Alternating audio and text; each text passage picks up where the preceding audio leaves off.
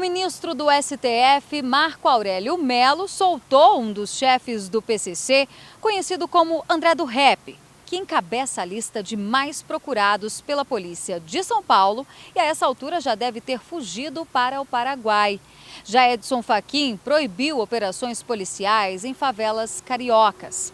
Usando a pandemia como justificativa, mais de 30 mil presos foram soltos. Para entender a gravidade dessas decisões, conversamos com o procurador de Justiça, Marcelo Rocha Monteiro.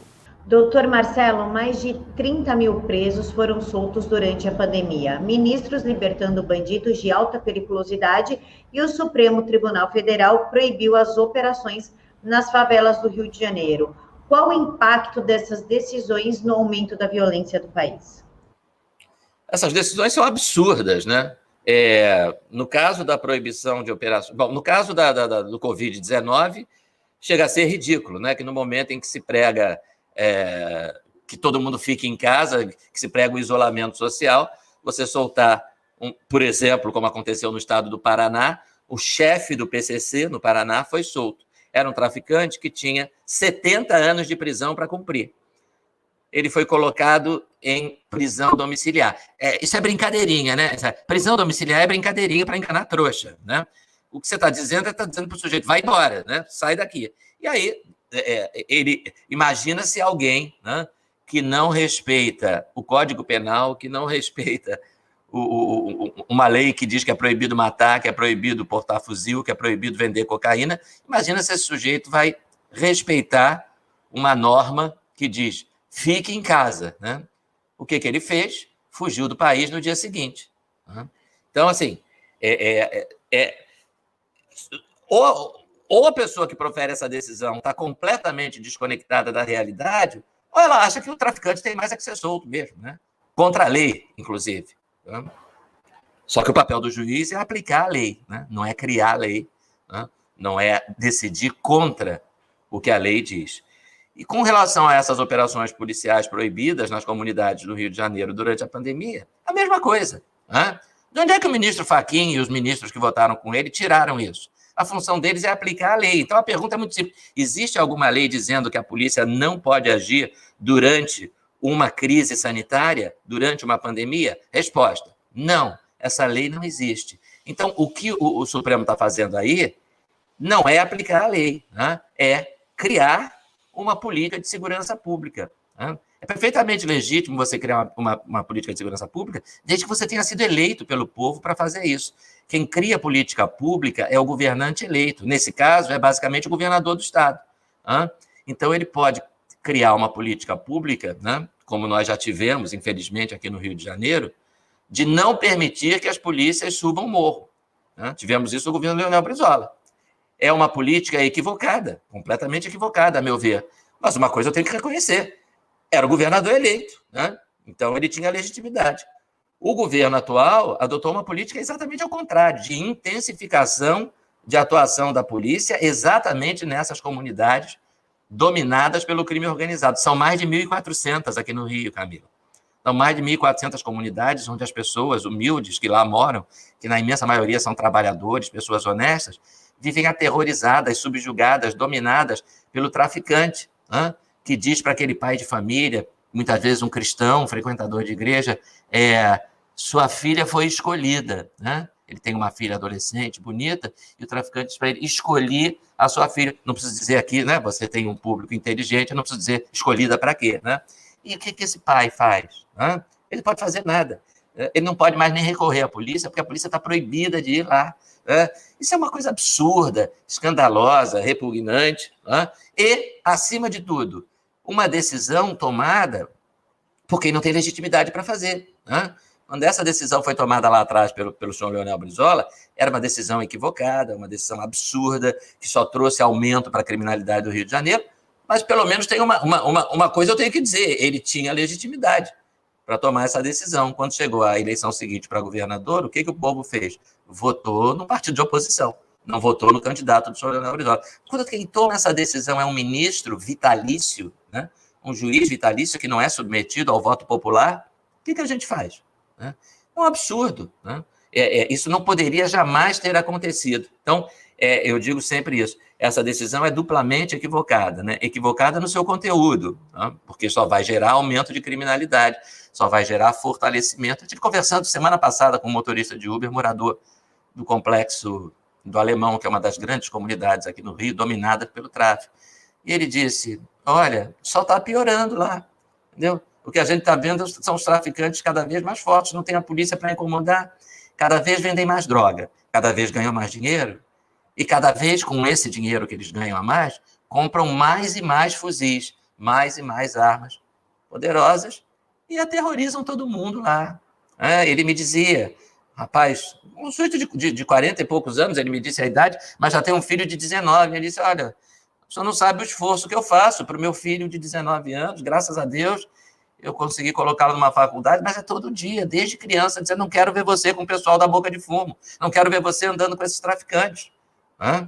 Então, é uma luta que esse pessoal tem, né? Aquele pessoal trava, né? Os moradores dessa comunidade, e a única esperança que eles têm é a polícia.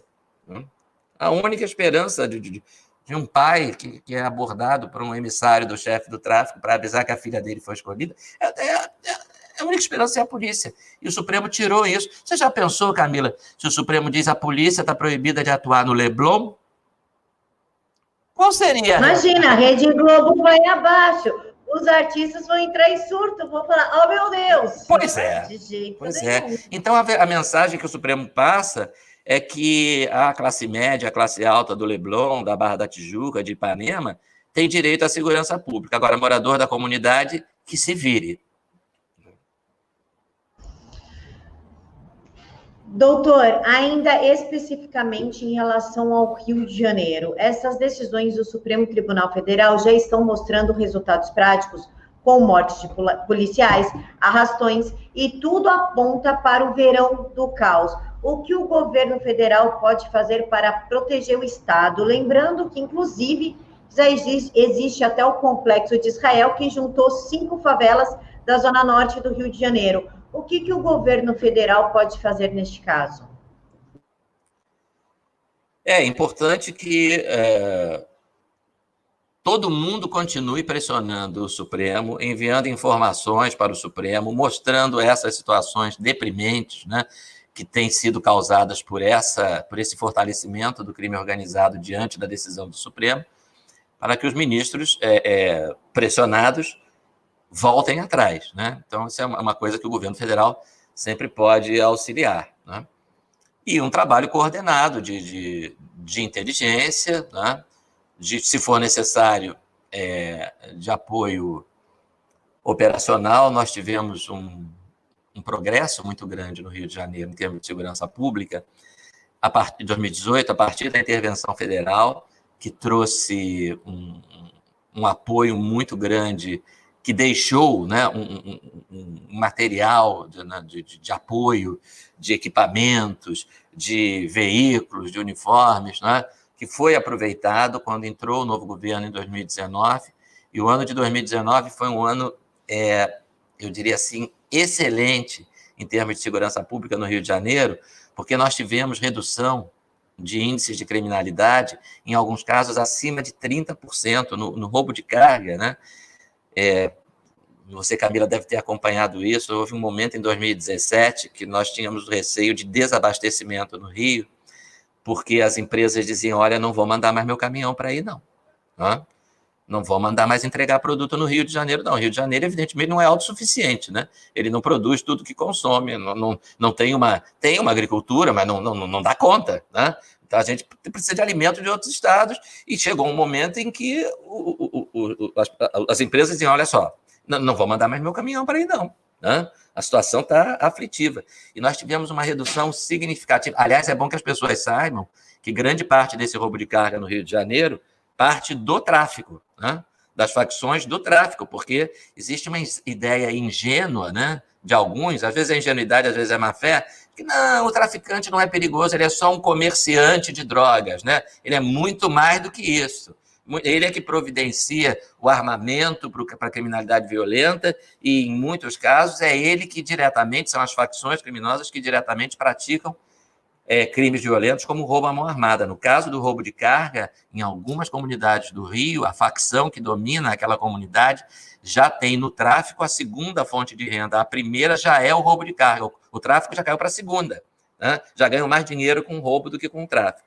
E isso houve, com relação a isso, houve uma diminuição importante. Houve uma diminuição de homicídios. Em 2019 foram 1.000 homicídios a menos. Né? Então, o receio é que todo esse trabalho se perca, né? Na medida em que você volta a ter o que nós tivemos com o governo Leonel Brizola, um fortalecimento muito grande. A sequência é muito simples. Polícia para de incomodar o traficante, ele começa a vender mais ainda. Vende mais, ganha mais dinheiro, compra mais arma. Tá? E essa arma, repito, não vai ser usada só no tráfico, ela vai ser usada no roubo de veículo, no roubo a banco, no roubo de carga e no que mais o traficante enxergar como fonte de lucro. O traficante é somente um comerciante, que mata, que estupra, que rouba, que faz o julgamento do crime, que ele mesmo é o juiz, o promotor, o réu, a acusação, e o carrasco. Tudo é o mesmo. E o carrasco é o mesmo que pega aquela menina de 17 anos que foi obrigada a ficar com o traficante, ela quer ficar com outro menino, que raspa a cabeça dela e espanca. É o mesmo comerciante que pega aquele filho de uma outra favela que vai visitar o pai e mata o menino de uma forma cruel somente por ser de outra favela e não poderia ter entrado naquela. É um nível de julgamento e de percepção da realidade que chega a ser inacreditável dessa esquerda. Falar que o traficante é somente um comerciante. É uma coisa que não entra na minha cabeça, doutora. E você acredita, Camila, que eu já ouvi isso de um sujeito, de um professor universitário que se apresenta como especialista em segurança pública, né? Eu já ouvi essa afirmação de que o traficante não representa perigo porque ele é só um comerciante de drogas. Né? Onde é que isso é? Do Rio de Janeiro. Mas colocar do lado da filha dele ou para cuidar da casa da mulher dele, ele não coloca, né? Isso é só para os outros. Exatamente. O deputado federal Daniel Silveira postou um vídeo indignado, lamentando a morte de um companheiro de farda assassinado por traficantes fortemente armados. Segundo o parlamentar, foi o STF que apertou o gatilho com essas decisões de soltar bandidos e protegê-los. Caso não ponham um freio no avanço da criminalidade, não apenas o Rio de Janeiro, mas outras grandes cidades podem ter o verão mais violento de sua história. Eu sou Berenice Leite, direto de Brasília, para a TV Jornal da Cidade Online.